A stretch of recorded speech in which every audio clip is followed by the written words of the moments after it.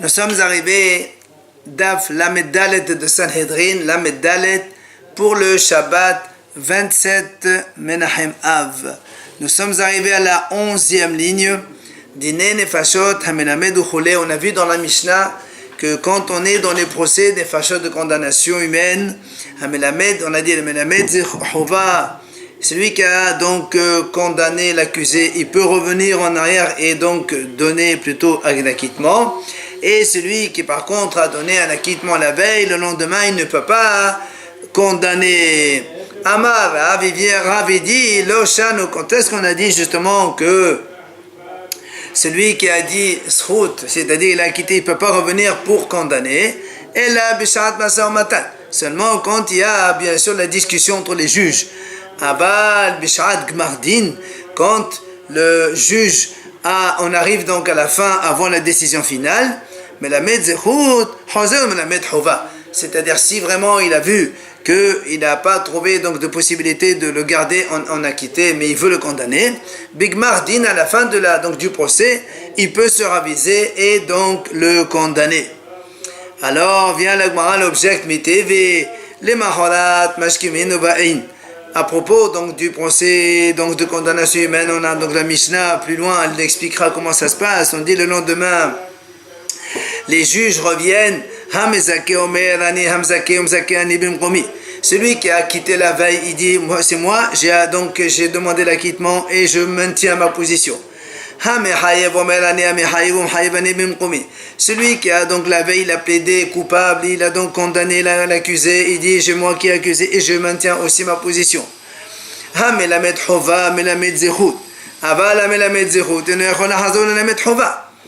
Après on a dit dans la Mishnah, celui qui la veille, il a condamné, il peut le lendemain donc demander l'acquittement. Mais celui qui a hier la veille demandé l'acquittement, il ne peut pas aujourd'hui vouloir condamner. Or, la Gemara a dit, or, de lendemain, on est dans la procédure, la décision finale. Et pourtant, il peut revenir. Comment Ravi dit non? Alors, la Gemara répond, la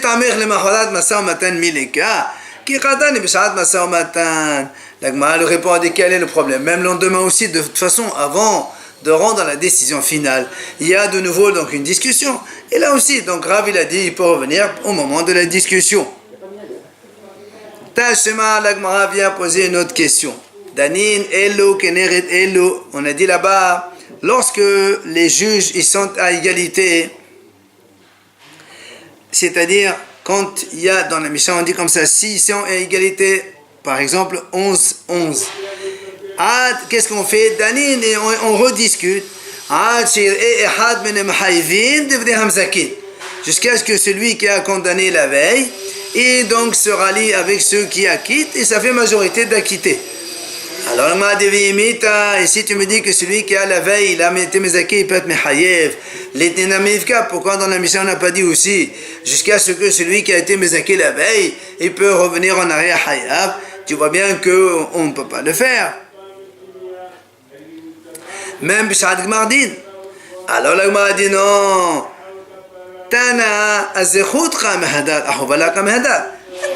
Là-bas, c'est pas une preuve. Là-bas, au contraire, la Mishnah, elle cherche plutôt en faveur de l'accusé. Mais effectivement, si c'est enfin donc dans l'autre sens, ça marche aussi. Comme il a dit, Rav Gmardin, ça marche. Tashema, la Gemara revient encore. De Amar Rabbi Yosef bar Hanina, il a dit Rabbi Yosef bar Hanina. Et had min atalmidim shizeka umet. Si un des élèves qui sont autour, donc devant le tribunal, ils sont là-bas, et lui là, chez Zika, il a donné donc un avis plutôt d'acquittement. Omet après les niftar. On considère comme si qu'il était vivant, et la position, il la maintient. Alors on a dit, pourquoi tu dis ça? On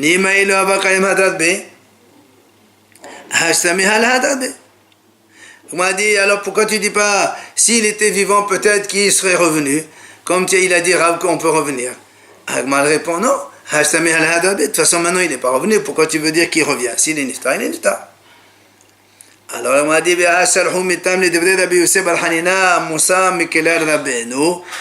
dit pourtant nous on a envoyé donc d'Israël, on a dit selon Rabbi Yosef bar Hanina, ça veut dire que lui il pense pas comme Rav.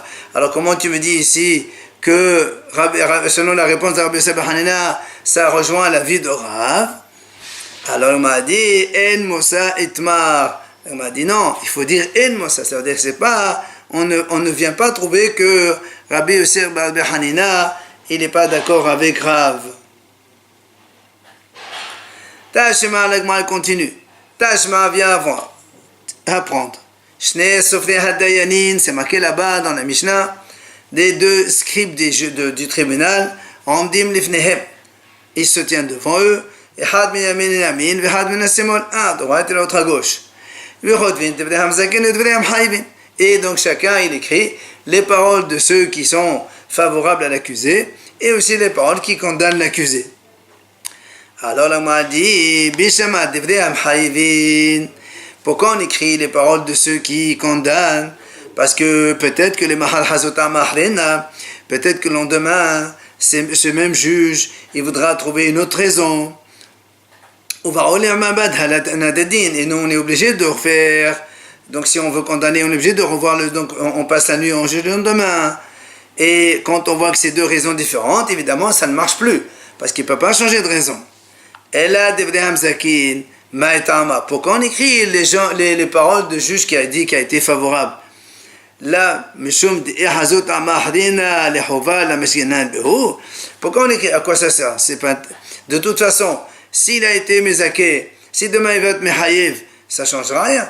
Donc, puisque le temps n'est pas le même. Et là, pourquoi on écrit? N'est-ce pas que si, justement, il veut donner un temps, si on écrit, c'est que si demain il change d'avis, il est mehayev, on ne prend pas en compte.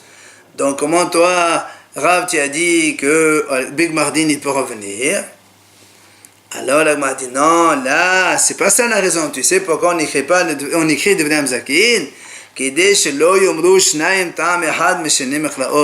pour ne pas que deux juges ils prennent la même argumentation de deux psukim différents. On ne peut pas prendre la même raison de deux psukim donc différents. Comme la Gemara ramène ici où on voit ça. Rabbi Yassi il a demandé à Rabbi Yohanan. Il lui a dit si deux juges, chacun il a donné son avis avec l'argumentation, mais le même argument il a été donné seulement de deux psukim différents. Mao, est-ce qu'on les prend en compte ou pas? Amalé, en moni lahen la ehad. Il lui a dit non, dans ces cas-là, on ne prend qu'un seul avis. C'est pas considéré comme deux. Comme il y a une seule raison, même si on prend deux références différentes dans la Torah, ça compte une seule raison, une seule voix. Alors, l'Agma dit, mais les deux, on apprend cela, que quand il y a deux psukim avec une seule raison, ça compte un seul. Amar Abaye, il a dit Abaye. D'Amar Kara, parce que le pasuk il dit, Ahad de Bed Elohim, Shtaim Zo Shamati. Hachem dit, moi j'ai dit une parole. D'une parole, on peut comprendre deux. Mais pas d'une parole, on apprend de deux psukim. De une parole, un seul pasuk, on peut apprendre deux choses différentes. Qui Oz Elohim, Mekla Ehad de Selechama Ta'amim. Ben Ta'am Ehad de Semechama Meklaot. D'accord? Un seul pasuk qui peut donner plusieurs argumentations. Mais tu ne peux pas apprendre une seule argumentation de plusieurs psukim différents. Devé Rabbi Ishmael Tana, dans la yeshiva de Rabbi Ishmael, on enseigne. C'est comme donc un marteau qui explose le rocher. De la même façon que ce marteau, il va donner plusieurs étincelles. La même raison, un pasuk qui donne plusieurs raisons, comme on a dit. Alors, la Gemara essaie de nous donner donc des exemples comment on peut trouver donc une raison dans deux psukim différents. Amar Rav Zavid. Il vient Rav Zavid et nous donne une première donc hypothèse. Ketetnan, c'est marqué dans la Mishnah. Mesbeach mekadesh et haraoui lo. C'est-à-dire, nous on sait que dans le Mesbeach de Beth Amikdash, quand on fait les korbanot, on amène des choses qui sont donc valables. Maintenant, Rabbi Yoshua Omer, kol haraoui la ishim ima'ala lo yired. Shne'emar ha'ola al muqida. Ma'ola shihiri oya le ishim ima'ata lo tered. La Gemara dit comme ça. Nous, on sait que le Mesbeach, c'est-à-dire donc le Mesbeach, quand on amène un korban qui est raoui, qui est apte à monter sur ce Mesbeach, automatiquement il devient kadosh. Rabbi Yoshua dit, Kol haraoui la'ishim, celui qui est valable pour être donc enflammé, c'est-à-dire consumé par le feu. Alors, im'ala lo yerid. S'il est monté dans le mesbéach, même s'il n'est pas soul, d'accord, par exemple le pigoul, ou bien nishpar damo, le sang il a été versé, on n'a pas de sang, ou bien il a été égorgé, c'est-à-dire donc avec mauvaise pensée. Donc, quoi qu'il en soit, mais comme il est raoui la'ishim, puisqu'il va donc monter sur le feu, normalement, s'il était bon, il aurait été brûlé. Alors, s'il est monté sur le mesbéach, on ne va pas le redescendre. Et d'où il apprend ça, Rabbi Yoshua? Ha'ola al-muqida. Il dit, c'est marqué, Ha'ola al-muqida. Ha'ola, ma'ola shehiri oya ishim, comme le korban ola, il est valable d'être consumé par le feu. Im'at al-oterid, si elle est montée, elle ne descend pas. Av kol shehura oya ishim, im'ala lo yered. Même des choses qui ne sont pas valables, ils ne sont pas saouls, vu que normalement ils devraient être brûlés, alors s'ils sont montés, on les laisse sur le mesbéach et on ne descendra pas. Ça c'est Rabbi Yoshua. Rabban Gamliel Omer, Kol haraoui la-mesbéach im ala lo yered, shene'emar. Rabban Gamliel il trouve une autre donc argumentation. Il dit, tout ce qu'il y a pour le mesbéach, s'il est monté dans le mesbéach, lo yered, on ne le descend pas. Parce que le pasuk qui dit, shene'emar, hi ha'ola al-muqida al-mesbéach. هي علا المقدار المسبح ما علا شهير ويا لربي مسبح ما تلترد أف كل شهور أول مسبح ما علا لو يرد dit donc c'est Rabban Gamliel nous dit comme ça, c'est marqué Ola al-Muqaddas, donc un Ola Korban, Ola qui est brûlé sur le mesbéach. De la même façon qu'Ola qui est apte sur le mesbéach, si elle monte on ne la descend pas. Tout ce qui est là haut le mesbéach, si on le monte il ne descend pas non plus. Et la Gemara conclut Vetarbaï, ces deux Hachamim, Rabbi Yoshua et Rabban Gamliel, qu'est-ce qu'ils sont en train d'inclure? Psouli, c'est-à-dire des choses pas saules, comme on a dit tout à l'heure, si c'est pigoul, ou bien le sang est versé, ou bien Mahashava cela du Kohen. Tout cela, donc les deux Hachamim nous montrent que s'ils sont montés al-Mesbéach alors qu'ils ne sont pas saules, on les garde, on les brûle quand même. Seulement, mort m'a été là, me mourda. Oh, mort m'a été là, me Mesbéach. Ah, il apprend ça, me mourda, puisqu'il a dit capable d'être brûlé. Mourda, c'est brûlé. Et l'autre, il apprend ça du mot Mesbéach. Donc tu vois bien le même pasouk, on le prend et on donne la même raison. Alors, c'est ça l'exemple de Ta'amehat Meshine Meklaot. Viens la Gemara, lui dit non, viens ta Meflar Pliré. On m'a dit pourtant là-bas, on a vu que c'est une mahloket. C'est-à-dire, c'est pas du tout comme tu as dit qu'il y a une seule raison dans les deux psukim. Là-bas, il y a quand même une différence dans leur argumentation. C'est quoi? Les Khatane Sefa, la Sefa dit. En ben divrei Rabban Gamliel et divrei Rabbi Yoshua ella hadam hanesachim. La Gemara Sefa dit qu'il y a quand même une différence entre Rabban Gamliel et Rabbi Yoshua. C'est quoi? C'est dam nesachim. C'est-à-dire si on a pris du sang ou nesachim, c'est-à-dire du vin ou du vin qu'on normalement on verse sur le mesbéach. Alors si ceux-là ils sont pas saouls, chez Rabban Gamliel on met le yerdo, puisque Rabban Gamliel il a pris ça de mesbéach. Alors ça c'est là où les mesbéach. Alors s'ils sont montés, on ne les descend pas. Par contre, Rabbi Yoshua Omer, yerdo. Rabbi Yoshua, quel était son argument? C'est mourda, brûlé. Or le vin, le sang ne sont pas brûlés. C'est pas des choses qu'on brûle habituellement. Donc ceux-là, s'ils sont pas saouls, alors on les fait descendre. Donc tu vois bien que l'argument, il est complètement différent. Et donc la raison, elle est différente entre Rabbi Yoshua et Rabban Gamliel.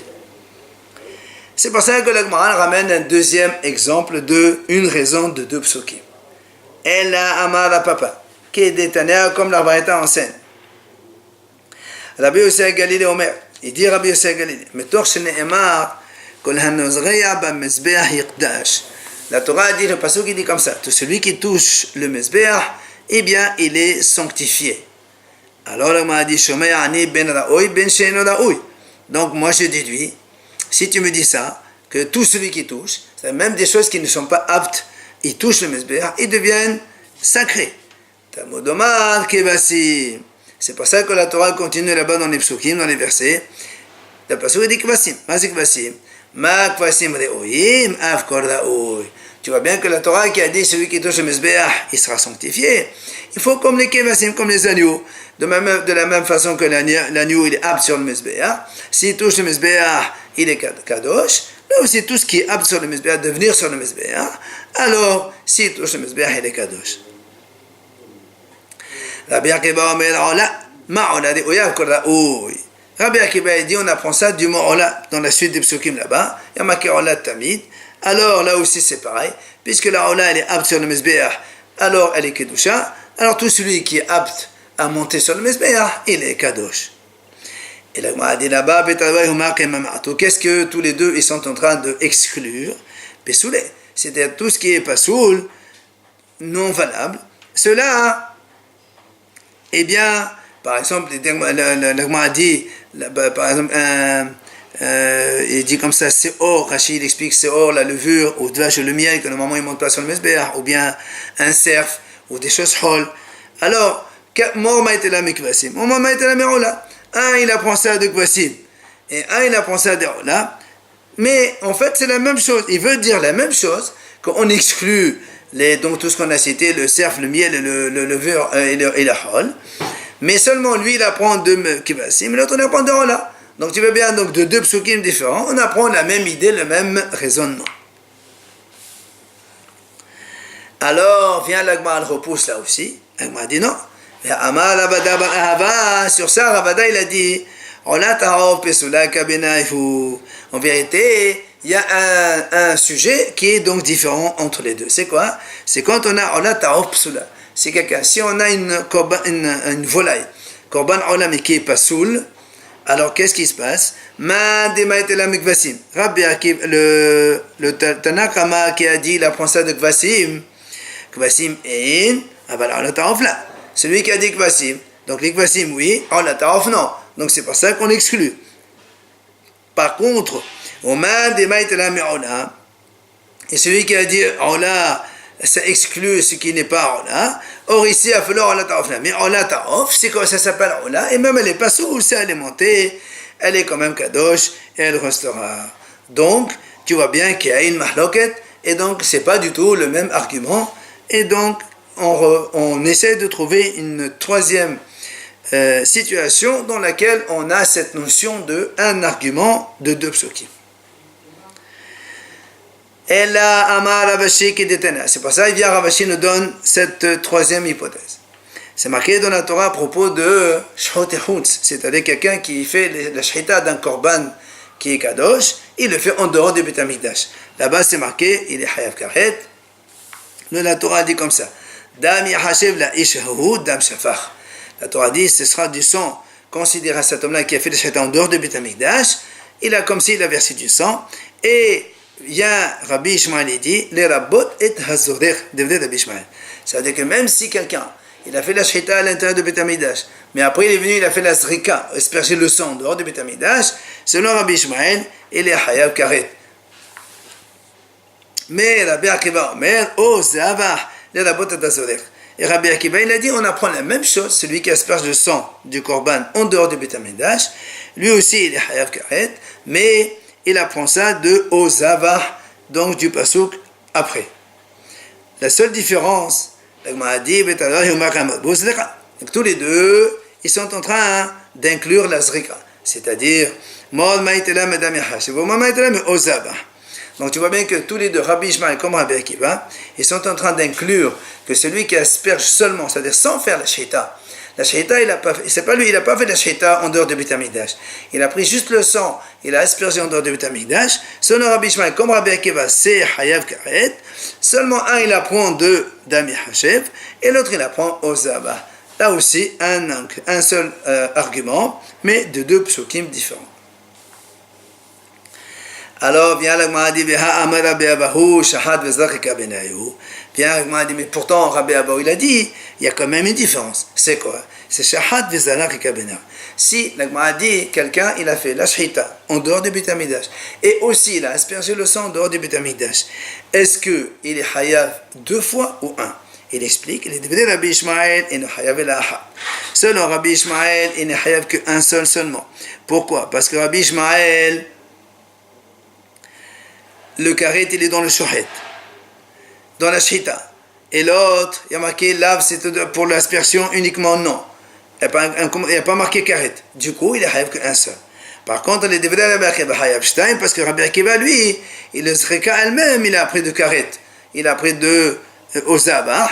Donc tu vois bien que selon Rabbi Akiva, il est hayav deux, s'il a fait involontaire deux korban hatat, alors que selon Rabbi Ishmael, il est hayav qu'un seul korban. Donc tu vois bien là aussi, c'est deux, donc il y a une différence et ce n'est pas le même argument. Il y a donc donc une différence entre les deux et on cherche toujours cette solution de un argument dans deux psukim. Bien, la Gemara dit ha et marada. Finalement, on dit à ce sujet, on a dit à Marabaye, av le devrait Rabbi Akiva nami no hayav el achat. Il dit non, en vérité, Rabbi Akiva aussi dit il est hayav qu'une seule fois, un seul hatat. Pourquoi? Parce que de Amar Kara, il a dit al pasuk sham ta'ale olotecha ve sham ta'ase. Là-bas tu feras tes korbanot et là-bas tu feras. Ils disent Chachamim, si la Torah elle a dit pour parler olot à propos justement de Ma'aleh Kadashim Bahout, celui qui fait des Kadashim en dehors du Beit HaMikdash,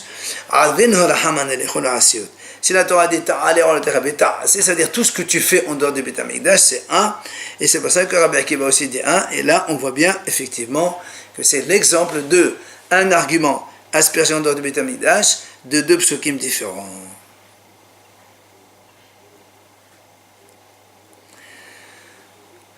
Après, on a vu dans la Mishnah, dîner mamonot, danin, bayom, bechole. On a dit les dîners mamonot, on commence le jour et on peut les terminer la nuit. Mais dîner nefashot, on commence le jour et on les finit le jour, le lendemain. Si c'est le srout, le jour même. Si c'est les choba, le lendemain. C'est man, mishpat, ma'anim, matte. Mina animele. La Gemara pose une question. D'où on apprend cela que que dîner mamonot, on peut les faire aussi la nuit. On peut les terminer la nuit. Donc on a bien dit mamonot, on commence le jour, on peut les finir la nuit. Mais nefashot, on commence le jour, mais on peut les finir que le jour seulement. Alors on a dit mina animele, donc c'est cela. Amar Rabbi Hiya Papa, il a dit Rabbi Hiya Papa d'Amar, comme le pasuk il a dit, Bishavtu et Ha'am becholait, c'est-à-dire on peut juger le peuple à tout moment. Donc tu vois bien le jour comme la nuit. Alors on a dit Achid Hiladinami. Alors pourquoi on a dit on commence le jour? Tu peux commencer la nuit aussi. Alors on a dit non, qui est de Rava, parce que Rava il nous a enseigné la chose suivante. De Rava Rami, Rava il a objecté deux psukim. Qui était Bishavtu Ta'am becholait. D'un côté marqué, on jugera le peuple donc à tout moment. Et c'est marqué aussi dans un autre pasuk, le jour où il fera hériter ses enfants. Alors comment d'un côté on dit, parce qu'on verra que l'héritage c'est comme un jugement, d'un côté il y a marqué biyom, et d'un autre côté il y a marqué becholaet. Comment on peut concilier les deux psukim? Yom nethaladin, là les gmardin, donc le jour c'est pour commencer, et la nuit si on peut terminer, on termine la nuit, il n'y a pas de problème. La Gemara vient nous dire, Matnetin, Dila que Rabbi Meir. Notre Mishnah, donc, elle n'est pas comme Rabbi Meir. Pourquoi? Détania Haya Rabbi Meir Omer. Parce que la Braïta nous raconte que Rabbi Meir disait la chose suivante. Selon eux, il y aura donc, ce sera décidé, jugé, rive, les disputes, et Nara et les taches de lèpre. Alors il dit Rabbi Meir, quel rapport entre les disputes, les procès entre les gens et les taches de lèpre? Et là, il dit Makish Revim Linraim. On compare les disputes, les procès avec les taches de lèpre. Maneraim Bayom. Dirtivovium Hela Otbo. Avrevim Bayom.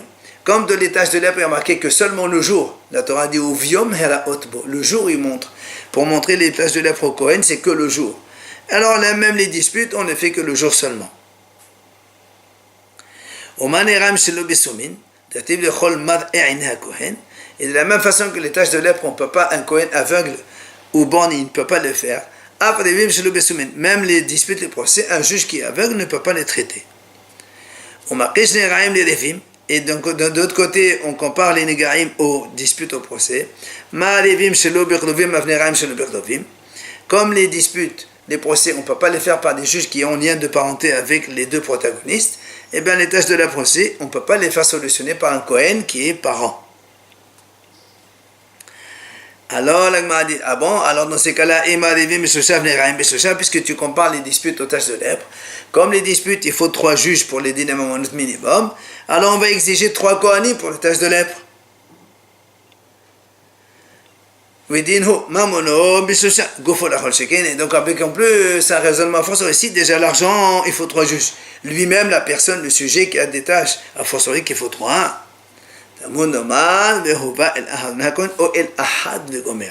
Comme c'est marqué Aharon ou bien un, de là on apprend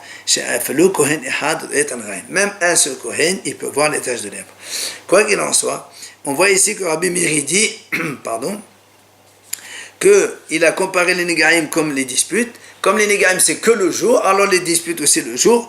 Et nous, dans notre Mishnah, on a dit qu'on peut terminer le procès d'argent le soir, la nuit. Il y avait un aveugle, un juge qui était aveugle. Il était dans le quartier de Rabbi Yohanan. Donc il jugeait des procès.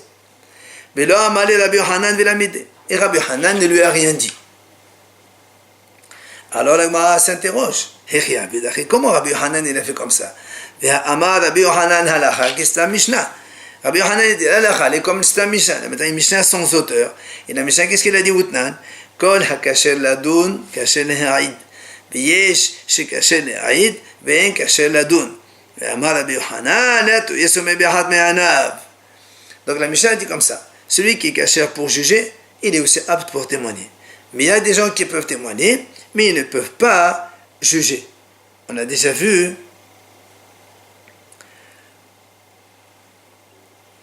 donc le cas où on peut témoigner, on ne peut pas juger. Par exemple, un guerre, un mamzer.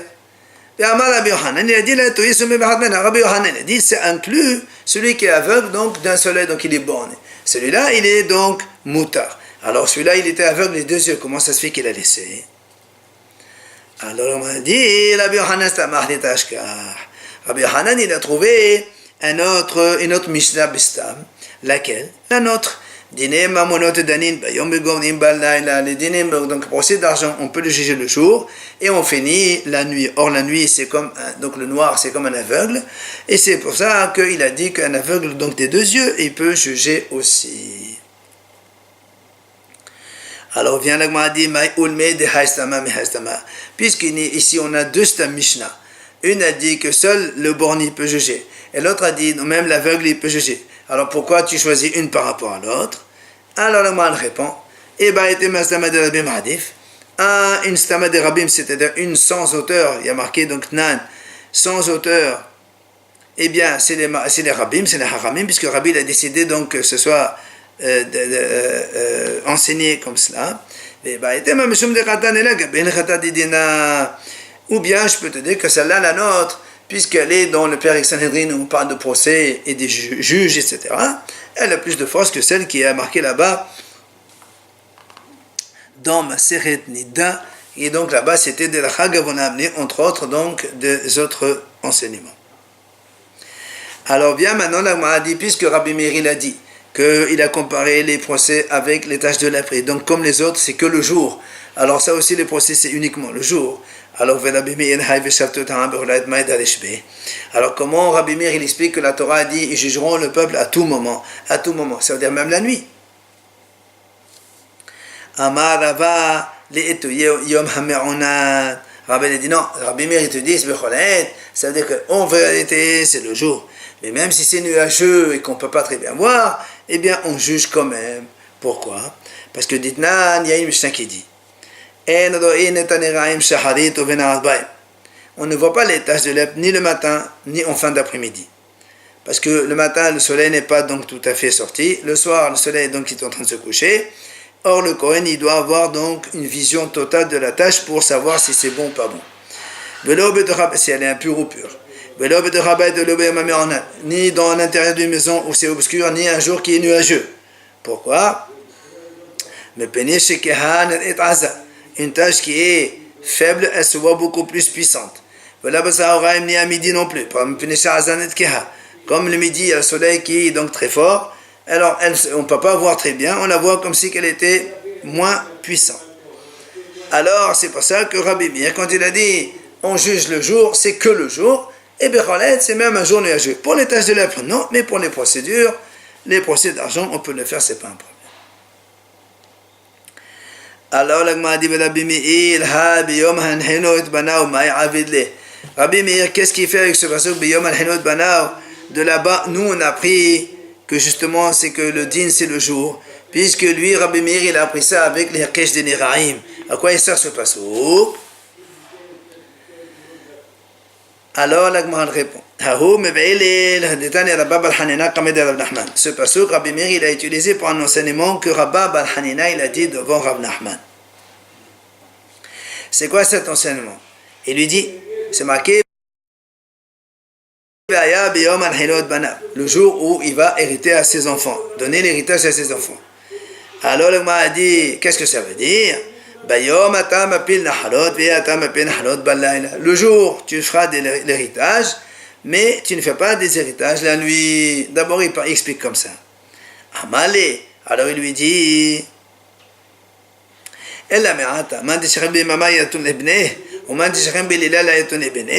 alors celui qui meurt le jour d'après toi, donc ses enfants vont hériter, mais celui qui meurt la nuit, alors ses enfants ne vont pas l'hériter. Ça ne veut rien dire ça.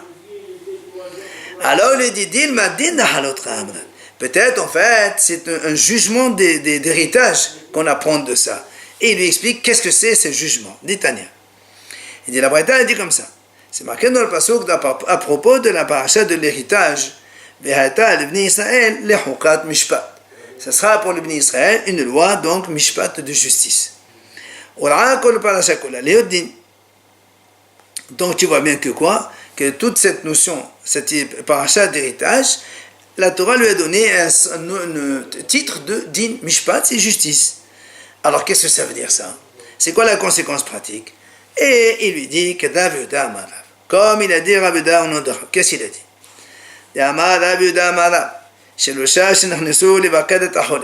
Trois messieurs, ils sont entrés rendre visite à un malade. Et le malade, il est en train de mourir. Alors il va leur donner ses consignes, ses recommandations. Là-dessous, Kotvin. Soit les trois, ils peuvent se constituer comme témoins. Ils écrivent ce qu'il est en train de dire. Et après, ils amènent ça devant le Bédine pour qu'ils ils exécutent un peu ce qui a été marqué. Ou bien comme ils sont trois eux-mêmes, ils sont un tribunal, ils peuvent carrément eux-mêmes exécuter le jugement.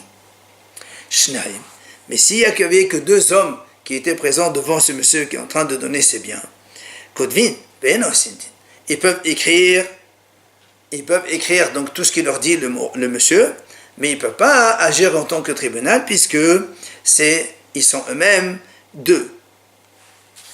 Rav Hasda, il a dit, quand est-ce qu'on a dit justement que trois, ils peuvent agir en tant que tribunal et exécuter directement ce que leur dit le mourant? Quand il aura dit ça, le jour. Aval balayla, kodvin venosindin. Mais si c'est le monsieur, il était donc en train de leur dire ça la nuit, même s'ils sont trois, ils ne peuvent pas agir en tant que beddin, parce qu'on ne fait pas des jugements la nuit, c'est le jour. C'est ça, biyom al-hilot banav.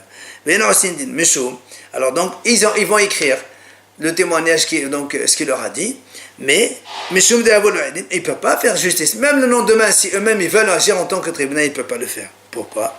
Parce que la nuit, ils n'agissent qu'en tant que témoin. Et un aïd, il ne peut pas se transformer en juge le lendemain. Donc eux-mêmes demain, ils ne pourront que aller devant un tribunal pour témoigner ce qui a été dit et faire exécuter par le tribunal.